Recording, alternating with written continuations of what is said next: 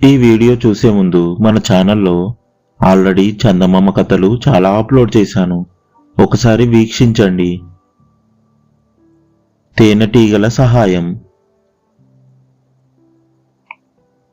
పూర్వం ఒకప్పుడు జావా దేశాన్ని యోగదత్తుడనే రాజు పరిపాలించేవాడు. అతనికి సుమతి అనే చక్కటి చుక్కలాంటి కూతురుండేది. ఆ పిల్ల అందం దేశదేశాల్లో పేరుపోయింది. ఎంతమంది రాజకుమారులు ఆ పిల్లను పెళ్లి చేసుకోవాలని చూస్తుండేవాళ్ళు. వాళ్లలో సింహపు దేశపు రాజకుమారుడు సింహకేరు ఒకడు. అతను పెద్ద సైన్యాన్ని పోగుతేసి పెద్ద పెద్ద ఓడలలో జావా దేశం మీదకు దండెత్తాడు. యోగదత్తుడికి ఈ సంగతి తెలిసింది.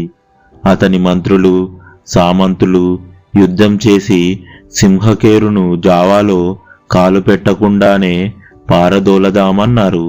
కాని యోగదత్తుడు ఒప్పుకోలేదు. రాజులు యుద్ధం చేయడం ప్రజలకు మంచిది కాదు. ఏ రాజు ఓడిపోయినా నష్టపడేది ప్రజలే. కాబట్టి అతన్ని ఈ ప్రజల్ని ఏలనిద్దాం, నాకేమీ అభ్యంతరం లేదు. నేను నా భార్యను పిల్లను తీసుకొని అడవిలోకి పోయి ఉంటాను అని అన్నాడు. యోగదత్తుడు అడవికి వెళ్ళిపోయాడు. మంత్రులు సామంతులు ప్రజలు అతనితో కూడా అడవికి వెళ్లారు. సింహకేరు జావాలో దిగాడు. అక్కడ అతనికి ఒక్క నరమానవుడు కూడా కనిపించలేదు. అతను చాలా నిరుత్సాహపడ్డాడు. యోగదత్తుడు ఎక్కడా ఉన్నది అని అతని జాడ చెప్పేవాళ్ళు కూడా లేరు. యోగదత్తుడు దట్టమైన అడవికి పోయి అక్కడ ఒక గుహలో భార్య బిడ్డలతో ఉండసాగాడు. ఓ రోజు ఉదయాన అతను తపస్సు చేసుకోవడానికి బయలుదేరాడు. దోవలో తమరుకొలను ఒకటి ఉన్నది. అక్కడ తామర పువ్వు మీద సాలేడు వలపన్ని ఉంది. ఆ వలలో ఒక్క తేనెటీగ చిక్కుకొని ఉన్నది. యోగదత్తుడికి జాలి వేసి ఒక్క పుల్లతో దాన్ని తప్పించాడు. ఆ తరువాత మామూలు చోటుకు పోయి కూర్చొని తపస్సు చేసుకోవడం మొదలుపెట్టాడు.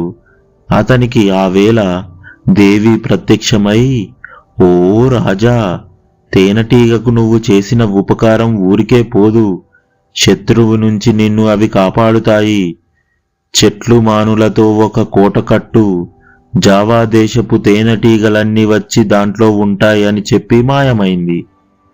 యోగదత్తుడు ఆ ప్రకంగాన్ని కోట కట్టాడు. తేనెటీగలన్నీ వచ్చి అందులో ఉన్నాయి. అతని ప్రజలు కూడా ఆ కోటలోనే ఉన్నారు. కొంతకాలానికి యోగదత్తుడు ఇక్కడ ఉంటున్న సంగతి సింహకేరుకు తెలిసింది.